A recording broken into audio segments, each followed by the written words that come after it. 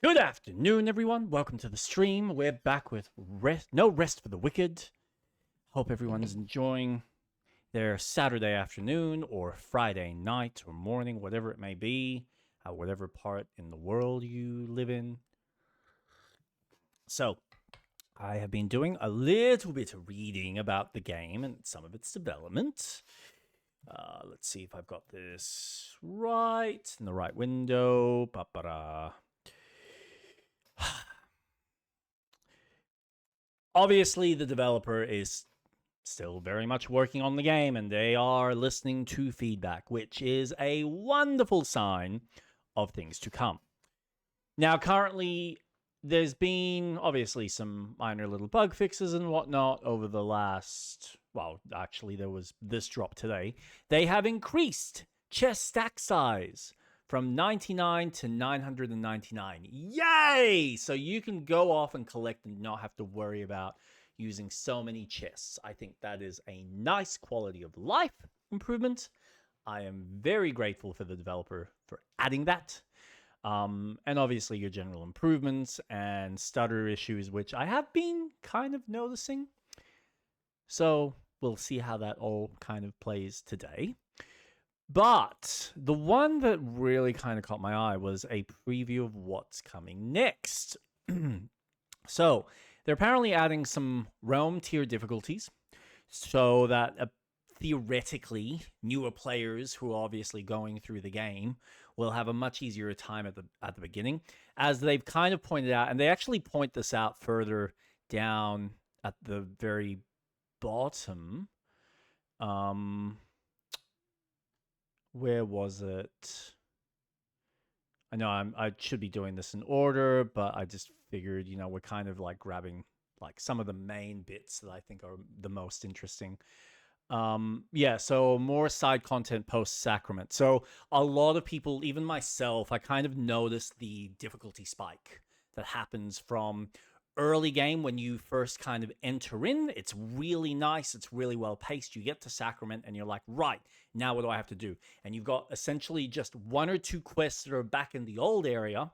But then when you go into the new area, which was, what was the location? The Nameless Pass, it suddenly ramps up. Now, to be fair, it ramps up due to the fact that you now have new quality materials and new kind of irons and stuff like that. So you now have to scale your weapons up to about level 8 for you to be strong enough and viable enough, or have enough survivability in order to get through the Nameless Pass. So that's kind of the issue at the moment, where there isn't really anywhere else for a player to kind of go off and get some of that loot. You have to kind of either level up to be strong enough as a character in order to then move on into that area, and it can be quite tough and challenging. So they are looking at adding some more content within that kind of space, and not necessarily content that you're necessarily going through the very first area, so that it's not too boring for people. Because once you kind of pass that, I actually find that the game kind of opens up. Like at about level 20 is when the game really kind of starts to give you a lot more breadth of what it's capable of, where the early parts, you've got this small little tight nooked area that you can kind of explore, and you can go off and find things. But once you've kind of explored that initial area, and mind you, there's like 3 dungeons in there that all require level 20 at this stage, there isn't really much that you can then do that kind of gives you that in between from like level 10 to level 20 to suddenly make it a little bit more fun. That's kind of where the Nameless Pass comes in, but I don't think they've got something that's a smooth transition so that you can easily get through that area or have a smoother grind. But I think that also comes back to what they are talking about here of adding the realm tiers into the game so that new players who are just jumping in will be able to have a smoother time, have an easier time. And I think that's really good. I think that's actually necessary for the game because I'm sure a lot of people will probably they'll go through the first area, and by the time they get to the Nameless Pass, they are going to get slammed depending on their kind of build, depending on the kind of character that they're kind of focusing on and how they're choosing to upgrade themselves. A lot of that might push people away, or they'll find that, well, there's nothing for me, everything is too high level, I can't really get through this next chunk of the story that is kind of required in order for you to then start delving further into the game. So good on you, Moon Studios, for kind of looking at that and giving that as an extra option for players, having the difficulty, and then obviously theoretically providing harder difficulties for the players that have been playing it for quite some time. Native utility runes. So I have played around with this, and I've noticed there is the healing aura, and they're not wrong. The fact that there are other ways to get food or heal yourself in this game, because a large part of the player base, like myself, will most likely just focus on using the food. And I think it's because of how it's obviously so freely given to you, which is great, but it also means that you're not really utilizing these other options. And of course, there's like builds and stuff that go into the game, but you're not really spending too much time mid-maxing your weapons and armor, though it's a nice thing to do or consider, but you're not necessarily considering that or looking at that early on in the game until you kind of get more acquainted with some of the systems. And yeah, it seems like they've kind of noticed that people aren't really picking up on the fact that there is the ability to buy or have a rune that you can equip to pretty much any weapon that will use up your, it's like your MP bar essentially, like your specials bar that you can then use to heal yourself. So you can either use that for your special attacks, or you can use it for like your heavy magics, or in this case, you can use it for healing. So it seems like they're planning on putting it in as a default. Now, I don't know if that's for every weapon or if that's just for the starting kind of weapons that you pick up when you first play the game. But it gives players an extra kind of incentive to realize, aha, there are weapons and I have these extra runes that I can then equip onto my weapon. So if I want to continue to have this healing ability, I can freely kind of pull that out and utilize it and use it on other weapons or staffs and whatnot, which is great.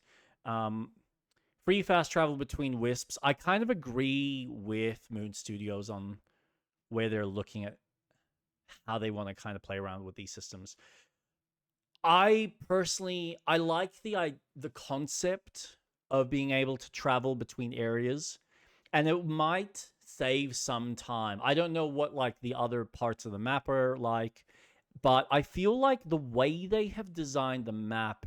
So I was concerned about this when I went through the No Man's Pass. I'm trying to remember, is that what it's called? Nameless Pass, sorry. The Nameless Pass, I was kind of concerned because I wanted to try and do some grinding before the previous stream that I did. And I was concerned that trying to get back to where I had gotten up to in the story was going to be a pain in the ass. Honestly, the way the game is structured, all the kind of hidden secrets and ways that you can kind of unlock to make it quicker and easier to get through sections, it's relatively straightforward. So far, I haven't seen this game making it too difficult in order to get to newer locations. Everything's very streamlined, and it doesn't require, there's not much resistance to get back to where you necessarily need to be. So I think because of how they want to design this game to have a constant feeling of rediscovery in old areas, it's kind of the reason why when you kind of play through the game, you will notice that the scaling for the areas actually increases as your character levels up or as the story kind of progresses, because there's an incentive to want to go back, not just for some of the dailies and weeklies, but also for later content or end game content that's designed to have you returning back to those old areas to get new loot, to get new resources, to get all sorts of like goodies to help strengthen up your character. And it's this whole kind of system that's feeding in on itself. And being able to just jump between the different parts of the map honestly would make it too easy, and it doesn't justify the need to kind of reset the map organically. So the way it works now is you kind of explore a map. Once you've explored it, you go and explore another part of the map again, or rediscover another part of the map. And eventually that fog of war kind of returns, thus repopulating it with newer enemies. So it almost makes it feel like there's this organic living system of things that like time is passing in that section, because you'll pop up at one point and fight a bunch of bandits, and then once you've cleared it out and you come back, you might find that there's more natives in the area, or you might find that there's more other local kind of characters or other factions that are there. So I think the way they're trying to give it this organic feel to re-exploration is neat, and the fast travel probably might take away from that. So I hope that they kind of keep it. I understand why players obviously want that, because it does simplify things, but I don't think it's necessary. I don't think it's like you're having to travel the long distances that you would in, say, a Diablo, or in, say, a FromSoft game like a Dark Souls, where going from your starting location to the end of another is quite a fair's way. Whereas here, everything kind of all ties back neatly into Sacrament. So it is very well designed. Now, it might be different. I think if they start offering kind of more explorations, because I've heard there is a new town, I haven't got to it yet, but if there is like new hubs, so that you've got Sacrament, you might have like another city and then something else, then sure, having the ability to, say, teleport directly to those major hubs, I think is a jolly good idea. Or if there's like encampments with actual NPCs, having the ability to quickly travel to those locations, I think will be really cool and really vital. But I don't think you necessarily need to have access to travel to every single one of those wisps, which, yeah, we'll see what they choose to do. That's obviously kind of a midway between what the developers are aiming from a balance perspective versus what the players want. Gem extraction, thank fuck. I think that's awesome. I think that's wonderful. I can't wait till that gets implemented. Right now, when you take out a gem, you're essentially destroying the weapon. So it means now you will theoretically be able to kind of pull out what you need, keep the weapons, like kind of constantly play with all the different things that you're wanting, so that you can, again, play with the mid-maxing side. So that's awesome. Well done. Ledge protection from rune attacks. Apparently, a lot of people are falling off edges by using some of their specials. This will obviously negate that and kind of remove that ability. Fall damage has been tweaked. Range gameplay pass. Now, this was an interesting one, because right now, you're essentially, if you get anything that's long range, I haven't played with the magic, like the staff systems, but I have played around with the bow and arrows. And bow and arrows is this kind of back and forth, push and pull, where you're using, you've either got your standards, like your more powerful specials, which is like a multi-arrow shot, or a like 3-shot arrows in like a tight knit space, like a shotgun kind of shot.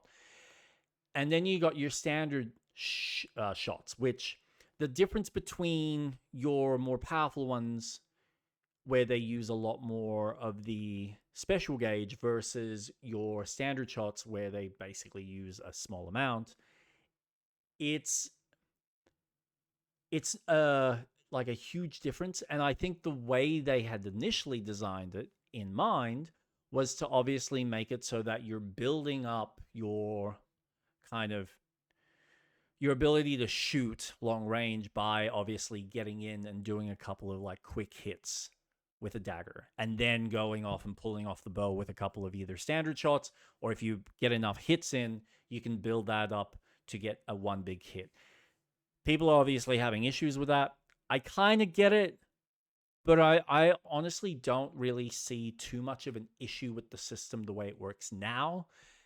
Does it mean that obviously long range players have to kind of engage with the combat? Well, yes. I don't think that's necessarily a bad thing. I mean, we look at Legolas himself. Like, yes, he's shooting from a distance, but he's also getting in close and he's fighting orcs with his blades. And I think that ability to kind of give you that push and pull, I think is really cool. They're obviously going to be changing this. They're actually looking at removing that so that instead of actually using your focus, you're going to be using your stamina instead for your standard kind of shots, thereby being able to build up your focus for then your kind of big shots. I'm just curious how this may play when you start adding in PvP. And to be fair, the camera is quite pulled in, so it is easy to maybe lose track of players or lose track of the enemy. So depending on where you locate yourself to like another player, it might obviously make it harder for them to organically see you.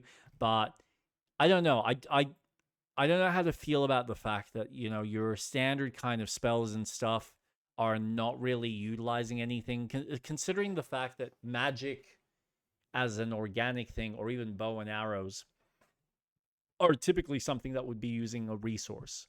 So, and yes, I get that stamina is in some form a resource within this mechanic, but I do feel like having it linked to a special means it's kind of an earned thing to be able to use long distance, because otherwise the game can become quite easy. There are a few boss battles playing as a rogue who I've got daggers as well as the bow, and using the fisty gloves, I actually found it really tough because you are way too close and I kept getting slammed. But at the moment I kind of pulled out the dagger with the bow and I started kind of doing a few hits, getting some distance, and then picking out some shots, it still made the fight engaging, but also made it feel safe. So yeah, we'll see how that balancing works, whether it's something that actually works for the developers and whether players will enjoy it and find the same level of satisfaction. Because my concern is that the long range side of things will make it too easy with some of the other types of characters that you might find in the game. So we'll see. Input delay fixes, parry feedback improvements, which they're saying is more from the VFX, sound effects, camera shake, so they're going to kind of tweak that. I honestly don't have an issue with the parry. It works really well. I think when you nail it, obviously when you actually get the parry, I think it's great, but seems like some people are having issues with it. Loot that matches the challenge, so they're obviously tweaking how the kind of loot that you're getting around the area, because there are certain chests that you go to that you might have to do some really tricky platforming, and then when you open it, it's like, oh, whatever, like, no one cares. More weekly bounties and challenges. I think that is wonderful, because right now, and it's not even like the dailies are fine. I think the weeklies, there needs to be more.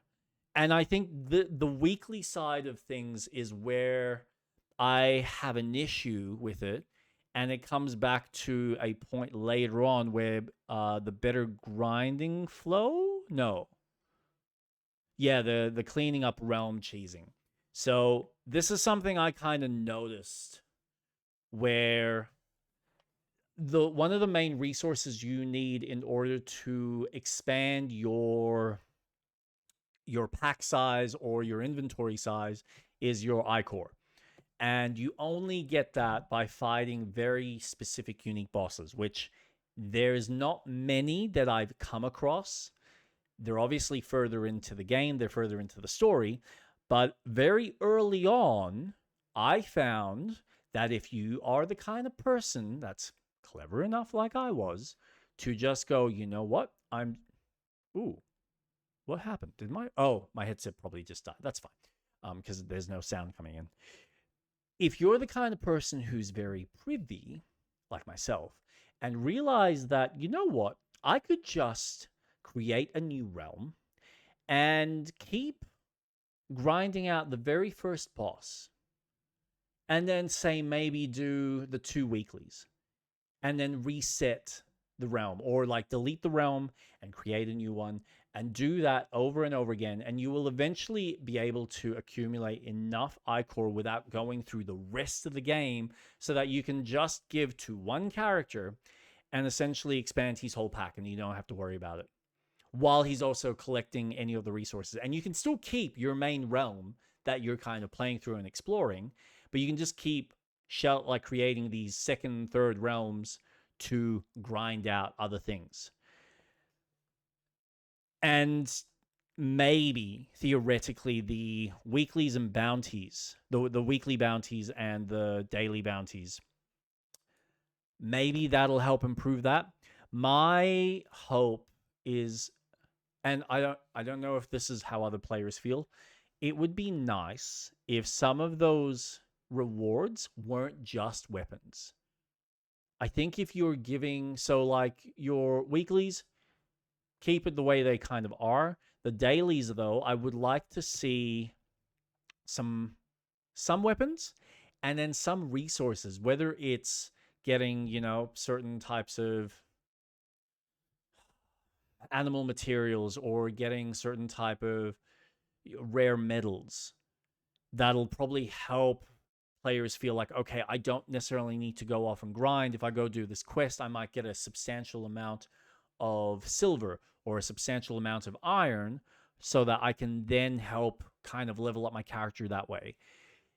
That will be an interesting take. If you play around with that for some of the dailies, while having some bosses that you're fighting, which can also drop loot, you're incentivizing players to not only go kind of find some of those resources, and you can even do this with food. You can have like a substantial amount of high quality food be given to you as a reward, as opposed to making the game feel like, oh, well, we constantly, for you to get some weapons, and it can be this push and pull. You can have, if you want high quality weapons, give us some of your resources, or if you go off and kill this boss, or you give us, certain types of weapons, we can give you some resources.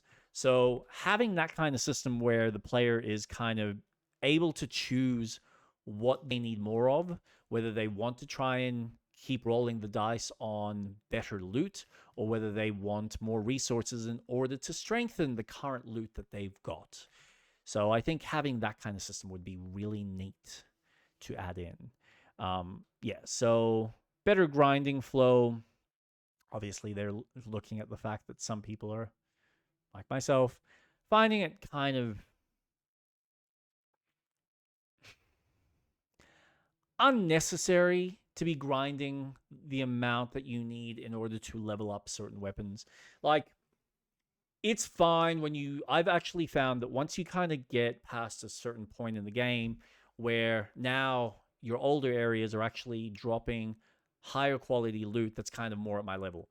Because previously, up until I'd gotten to a certain part of the story, even though my character was close to level 18, the previous areas hadn't really caught up, and they kept giving me loot that was level 1, level 2, level 3. And where I was going, where I was exploring, needed at least level 7, level 8.